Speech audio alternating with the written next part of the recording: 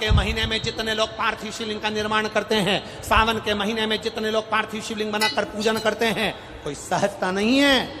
करोड़ों करोड़ों पुण्य हमारे जीवन के प्राप्त हो जाते हैं, तब शिवलिंग बनता है। ये पार्थिव नहीं है, बनाने वाला भी शिव है और बनने वाला भी शिव है, साधारण नहीं हो सकता। आप जब शिवलिंग का स्पर्श कर कर, हमने कई बार कहा है, जब आप लोग शिवरात्रि पर शिवलिंग बनाते हो, सावन के महीने में सोमवार को शिवलिंग बनाते हो, सावन के महीने में शिवलिंग बनाते हो, अधिक मास में शिवलिंग बनाते हो, हम कई लोगों को पहले भी कहे, आज भी कहते हैं, महाराज आप अपने हाथ से शिवलिंग बनाओ। ब्राह्मण देवता तो कहेंगे लाओ मैं बना देता हूं, नहीं, आप अपने हाथ से बनाओ। क्यों? ये सारी जो भाग्य की रेखाएं है ना, जब शिवलिंग बनाते हो, हमारे हाथ की जो बेकार रेखा है, दुख की रेखा है, हमारी कहीं बेकार किस्मत की रेखाएं होती हैं, शिवलिंग बनाते समय वो रेखाएं भी श्रेष्ठ हो जाती हैं और हमारा भाग्य बदल देती हैं। और फिर निवेदन करूंगा, सावन का महीना लगते से ही मेरी जीजियों से निवेदन है, 1 लोटा जल नहीं, कितना? 2 लोटा जल, दोनों हाथ में भरा हुआ। घर से निकलो तो 2 हाथ में हो, बाहर निकल कर भले फिर एक के ऊपर एक रख लो, मना नहीं, पर शंकर के मंदिर में जब पहुंचो, दोनों हाथ में जल हो और शिव जी के ऊपर दोनों धार एक साथ, बाबा के धार जल की 2 एक साथ लगना चाहिए और शिव जी से अपने मन की प्रार्थना करना चाहिए, शिव स्वीकार करें, का निर्माण करें। शंकर के शिवलिंग को जब बनाए तो सबसे पहले कैसे बनाए, उस तक का विधान शिव महापुराण में और लिंग पुराण में कहा गया। महाराज कहा,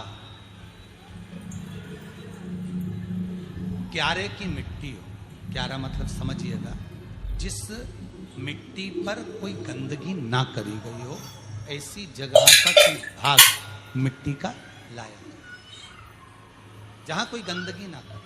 की मिट्टी, क्यारे की मिट्टी मतलब जिस मिट्टी पर कोई गंदगी ना करी गई हो, ऐसी जगह की मिट्टी को लेकर जाए। और मिट्टी को लाने के बाद थोड़ा पानी का सींचन कर दें, अर्थात घर में लाएं तो उससे पहले मिट्टी को पवित्र करें। अपने घर में गंगा जल रखा हो, यमुना जल रखा हो, सरयू जी का जल रखा हो, उससे मिट्टी का सींचन कर दें। मान लो अगर ये जल नहीं भी है तो जल के अंदर थोड़ा सा इत्र डालकर मिट्टी का सींचन, अगर इत्र भी नहीं है तो जल के अंदर थोड़ा सा दूध डालकर मिट्टी का सींचन, दूध भी नहीं है तो 1 बेलपत्री जल के अंदर डालकर उस पानी का सींचन, बेलपत्र भी नहीं है, पीपल का पत्ता डालकर उसका सींचन कर। पर मिट्टी पर घर में लाते से ही, ये नहीं कि मिट्टी आज लाए और तुमको शिवलिंग कल बनाना है, तो मिट्टी अगर 1 दिन पहले लाए हो, 2 दिन पहले लाए हो, 4 दिन पहले लाए हो, तो उसी दिन जल का सींचन होना चाहिए। ये नहीं कि जिस दिन बनाएंगे उस दिन सींचन होगा। मिट्टी पर पानी का छींटा, सींचन भले ज्यादा मत डालो, पर छींटा तो उस दिन लगा देना चाहिए जिस दिन घर में मिट्टी लेकर आए हो, जिस दिन लेकर। फिर भले तुम शिवलिंग 15 दिन बाद बनाओ, 8 दिन बाद बनाओ, 10 दिन बाद बनाओ, 3 दिन बाद बनाओ, और उस समय पर मिट्टी का सींचन उस समय हो जाए। फिर कहा, जिस दिन शिवलिंग का निर्माण करो उस दिन प्रातः में अगर आप शिवलिंग बना रहे हैं तो ब्रह्म मुहूर्त में मिट्टी को गला दो। किस पानी से गलाना है उसका भी प्रमाण, उसका भी शास्त्र वर्णन करा। किस जल से गलाया जाए, शिव महापुराण की कथा कहती है, अगर आपको आज शिवलिंग का निर्माण करना है, शाम को आप शिवलिंग का निर्माण कर रहे हो, तो अपने पानी का जो मटका होता है, हंडा होता है, रसोई घर में जहां पानी भर कर रखते हो, उसके नजदीक में एक कलश जिसमें अलग से ताजा जल भरा जाए और उस पर प्लेट ढकी हो और उस पर एक चावल का दाना रखा हो, उस जल को लेकर आओ। थोड़ी देर रखा रहे, आधा घंटा, 2 घंटा, 3 घंटा, 15 मिनट, 20 मिनट, पर वो पानी वहां रखा होना चाहिए। रसोई घर में अन्नपूर्णा का निवास होता है, परिंदे के पास पितरों का निवास होता है, अन्नपूर्णा पित्र सब रसोई घर के भीतर विराजमान होते हैं। शास्त्र कहता है 33 कोटि देवता एक समय के लिए, एक क्षण के लिए हमारे रसोई घर में प्रवेश करते हैं। इसलिए रसोई घर को तुम पूरे घर को स्वच्छ रखो ना रखो, पूरे घर को तुम साफ रखो ना रखो, पर रसोई घर एकदम क्लीन होना चाहिए, पहला क्रम है पार्थिव शिवलिंग का निर्माण। सावन के महीने में अगर आप शिवलिंग बनाते हैं, सोमवार को शिवलिंग बनाते हैं, तो नियम ध्यान रखिएगा। हमारे लिंग पुराण से है, इसका नियम ध्यान रखिएगा। क्या करना है, मिट्टी को लाना है, जल का छींटा देना, छींटा जरूर देना, घर में लेकर आए और जल का छींटा होना जरूरी है। 2 दिन तक 3 दिन तक मिट्टी रखी हुई है और उसके बाद अगर आपने पानी का छींटा नहीं दिया है और आपने डायरेक्ट मिट्टी को गला दिया और उसके बाद बनाया, तो उसका कोई प्रमाण नहीं। जल्दी फिर उसको रख दें। 15 दिन बाद बनाओ, 4 दिन बाद बनाओ, 3 दिन बाद बनाओ, 2 दिन बाद बनाओ। शिवलिंग जब बनाओ तब उस मिट्टी को, जो कलश आपने रसोई घर में रखा है चावल का दाना रखकर प्लेट के ऊपर, अर्थात उस कलश का जल उस मिट्टी में थोड़ा सा डालिए। क्यों डाला जाता है उसका भी भाव वर्णन किया है। अब भविष्य पुराण, स्कंद पुराण और अग्नि पुराण, इन तीनों से ले लिया गया। वर्णन किया गया, जब उस कलश का जल हम डालते हैं तो उस कलश में पितरों का भाव आ जाता है, अन्नपूर्णा का भाव आ जाता है, घर में लक्ष्मी का भाव आ जाता है, संपदा का भाव आ जाता है।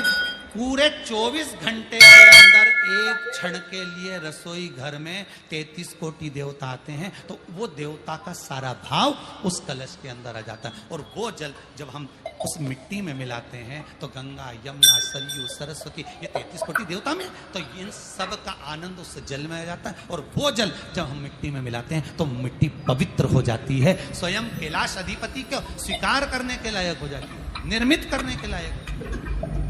शिवलिंग का निर्माण। अब शिवलिंग का निर्माण कैसे करना, मिट्टी में गला दिया पानी में।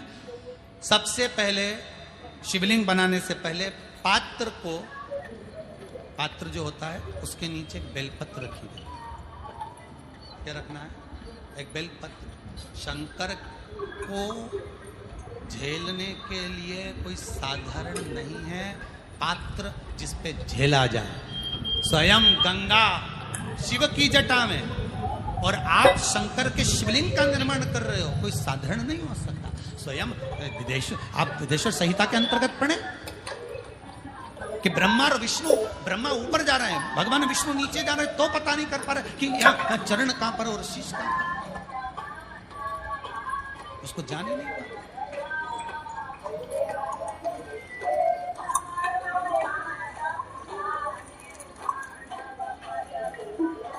बस एक बेलपत्र,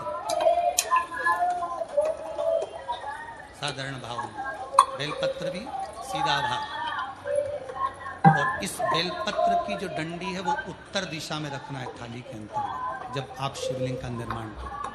उत्तर, इसके ऊपर जो गलाई हुई मिट्टी है वो डाल दीजिए, और डालने के बाद सबसे पहले शिवलिंग का स्वरूप बनाना। सबसे पहले नीचे की जलाधारी नहीं, क्या बनाना है, शिवलिंग का स्वरूप बनाना।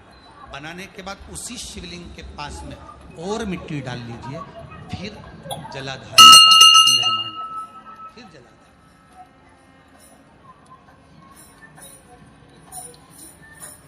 शिवलिंग जलाधारी निर्मित हो गई। शंकर जी का संपूर्ण परिवार शिवलिंग में रहता है, आपको पहले भगवान भूत अधिपति भूतेश्वर, भगवान शिव का संपूर्ण परिवार शिवलिंग में, पहले भी कथा में कहा, आज फिर आपको वर्णन कर देते। जैसे ये जलाधारी है गोल, ये चरण है, ये शिवलिंग है। ये जो गोल भाग है जहां पर भगवान शंकर का शिवलिंग रखा है, ये पार्वती जी का हस्त कमल। जहां से पानी नीचे गिर रहा है, इसके राइट भाग में श्री गणेश जी का स्थान, लेफ्ट भाग में श्री कार्तिकेय जी का स्थान। बीच में जो एक मोटी सी लाइन होती है जलाधारी में, वो पार्वती जी के सुंदर पुत्री अशोक सुंदरी का स्थान। शंकर जी के ऊपर जो तिकोनी रखी रहती है, उसके ऊपर से जो जल बूंद बूंद नीचे गिरता है, ये जो पानी बूंद बूंद नीचे गिरता है, या आप कलश से जल चढ़ाते हो या आप श्रृंगी से जल चढ़ाते हो, तो ये जो पानी गिर रहा है, ये शंकर भगवान की 5 पुत्रियां, जया, विषहरा, शामरी बारी, दोतली और देव, ये शंकर जी की 5 बेटियां, 5 पुत्री। कार्तिकेय भी है, गणेश भी हैं, अशोक सुंदरी भी है, शंकर जी की 5 बेटियां भी हैं, शंकर भी है और पार्वती भी। अर्थात शिव जी के परिवार में आपको गणेश जी की पूजन अलग करने जाने की जरूरत नहीं पड़ेगी, शंकर के परिवार में पार्वती जी की पूजन अलग करने जाने की जरूरत नहीं पड़ेगी, कार्तिकेय की पूजन अलग जाकर करने की जरूरत नहीं है। शंकर का परिवार शंकर के शिवलिंग के साथ में उस जलाधारी में संपूर्ण परिवार शंकर का विराजमान है, संपूर्ण परिवार। एक बार साथ में समझें वापिस निर्माण को, शिवलिंग के निर्माण को। मिट्टी लाए, स्वच्छ जगह की, जल का छींटा दिया, रखा।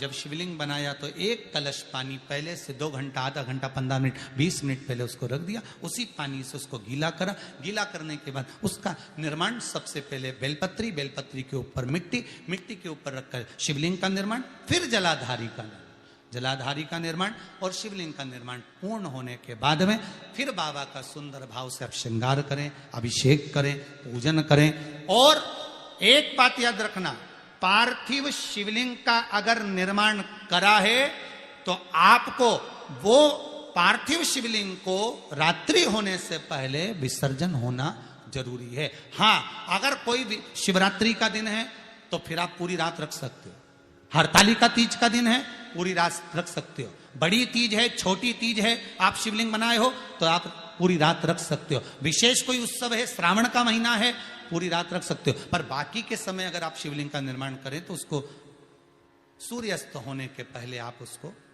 नदी में, जल में, जलाशय में विसर्जन करें।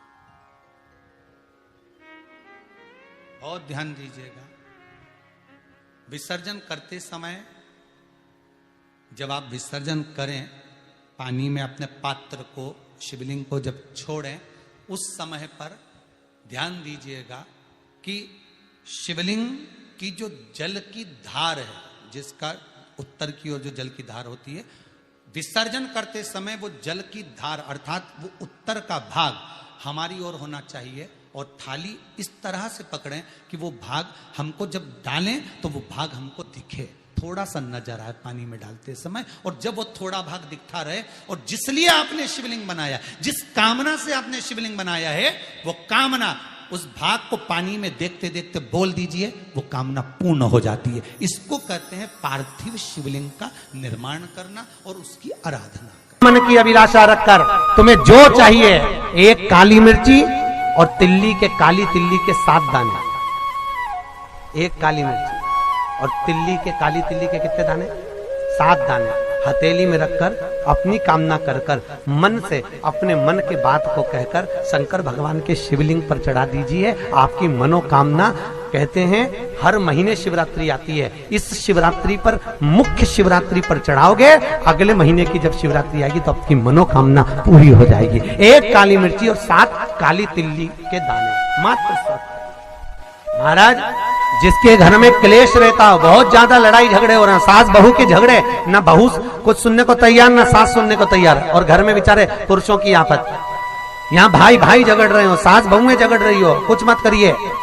गेहूं की बाली को तोड़ो, गेहूं की बाली जानते हो ना, जिसमें आप लोग तो गेहूं की बाली को तोड़ना है और बाली 7 बाली तोड़कर अपने घर में घुमाकर अपने घर का नाम और गोत्र बोलकर उसको शंकर को समर्पित कर दीजिए। जिंदगी में कभी सास बहू का झगड़ा नहीं होगा। हमारा शिवरात्रि के दिन उसको समर्पित करिए, आपके घर में कभी क्लेश नहीं मच सकता। 12 महीने शिवरात्रि आती है और शिवरात्रि के दिन रात्रि को 12 बजे शंकर भगवान पर एक धतूरा चढ़ा दो।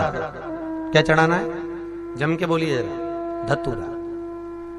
ये शंकर भगवान को धतूरा चढ़ा दो। 12 बजे रात्रि को शिव जी पे धतूरा चढ़ाओ, आधे घंटे तक धतूरा चढ़े रहने दो और आप श्री शिवाय नमस्तुभ्यम का जाप करो। जिस शंकर जी पे धतूरा चढ़ाए उस मंदिर के बाहर बैठकर कौन सा मंत्र जपना है? श्री शिवाय नमस्तुभ्यम। फिर से बोलो, श्री शिवाय नमस्तुभ्यम। धतूरा चढ़ाकर श्री शिवाय नमस्तुभ्यम का स्मरण करिए।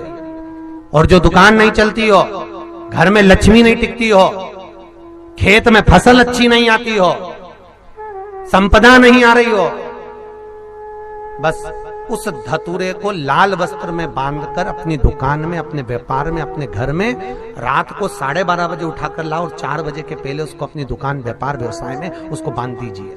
और अगर जो जमीन फसल सही नहीं दे रही हो उस जमीन में ले जाकर गाड़ दीजिए। आपको जीवन में कभी तकलीफ नहीं भोगना पड़ेगी, लक्ष्मी बढ़ती चली जाएगी महाराज, संपदा बढ़ेगी। जो व्यक्ति ज्यादा बीमार रहता हो, बहुत बीमारी उसको घेरे रहती हो, परेशान रह रहा हो, बीमारी बनी हुई है, तो बोर चढ़ाइए। बेर क्या बोलते हैं यहाँ पर, बेर की बोर, वो खाने वाला बेर जो होता है, उस बेर को 7 बेर ले लो और 7 बेर को लेकर अपने ऊपर से घुमाकर शिवरात्रि की दोपहर के 12 बजे शंकर भगवान के शिवलिंग पर ले जाकर उस बेर को चढ़ा दीजिए। आपका रोग, आपकी बीमारी मात्र 3 महीने के अंदर समाप्त हो। तो श्रावण के महीने में कोई भी एक नियम अवश्य धारण करो पूरे सावन, कि मैं शिव जी के मंदिर जाऊंगी या बेलपत्र को जल चढ़ाऊंगी या शंकर जी के मंदिर का दर्शन करूंगी या शिखर का दर्शन करूंगी या शिव जी के मंदिर में 1 चावल का दाना या 2 लोटा जल का स्मरण या बाबा देवादिदेव महादेव का मंत्र स्मरण करूंगी। प्रतिदिन अपने हाथ में 2 लोटा जल भरकर शिव को जल की धार लगाऊंगी। कोई भी एक नियम अपने श्रावण महीने में अवश्य, और नियम पूरा होता है तो बाबा करुणा का एक पत्र है। जब आप सावन के महीने में बेलपत्र का पौधा लगाओ तो ये विनय कर कर लगाना, हे माँ, हे मेरे उघड़दानी, आप यहाँ पर विराजमान हो, सबका कल्याण करना, जिसके भी दुख हो तकलीफ हो सबको मिटा दे। सब सावन के महीने में जो शिवरात्रि आती है वो शिवरात्रि एक ऐसी शिवरात्रि होती है जिस शिवरात्रि पर अगर हम शंकर जी को राजी कर लें तो दुनिया का ऐसा कोई काम नहीं है जो हो नहीं सकता। श्री शिवाय नमस्तुभ्यम, हर हर महादेव। पूज्य गुरु जी ने इस वीडियो में श्रावण मास की विशेष उपाय अच्छे से समझा कर बताए हैं। श्रावण मास में पार्थिव शिवलिंग का निर्माण कैसे और किस मिट्टी से और किस तरीके से रोग दोष निवारण के लिए कैसे पार्थिव शिवलिंग का निर्माण किया जाता है, उन सभी के बारे में, उन सभी के अच्छे से उपाय इस वीडियो के माध्यम से गुरुजी ने समझाए हैं। श्रावण मास एक पवित्र महीना है, इसमें किया गया आपका पुण्य, आपके द्वारा किए गए भगवान शिवलिंग की जो पूजा है उसका फल आपको 2 गुना मिलता है। इसलिए श्रावण मास में आपको अधिक से अधिक भगवान भोलेनाथ की पूजा करनी चाहिए। सच्चे मन से आप जो भी आपकी इच्छा हो आप भगवान भोलेनाथ से बोलोगे तो वो आपकी अवश्य ही पूर्ण होगी। वीडियो अच्छी लगी तो like, share and subscribe, comment में श्री शिवाय नमस्तुभ्यम, हर हर महादेव अवश्य लिख देना। जाते जाते चैनल को सब्सक्राइब अवश्य कर देना। जय श्री राम, हर हर महादेव, जय श्री महाकाल।